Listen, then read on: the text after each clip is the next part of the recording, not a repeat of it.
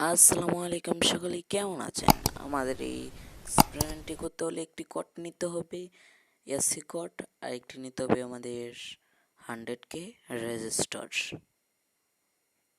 এটার মান হতে হবে 100K 60 ওয়াট।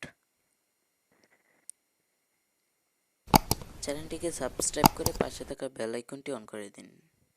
তারপরে নিব একটি 3mm এলইডি।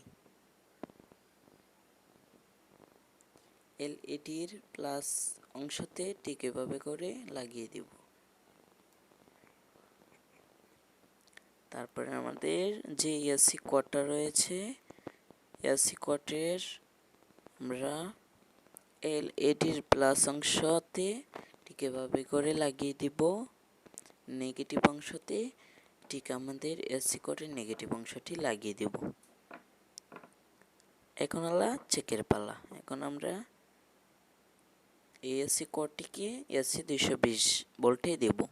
দেখতে পাচ্ছেন এটা আসলে সম্ভব না, আমাদের রেজিস্টারটি পুড়ে গেল।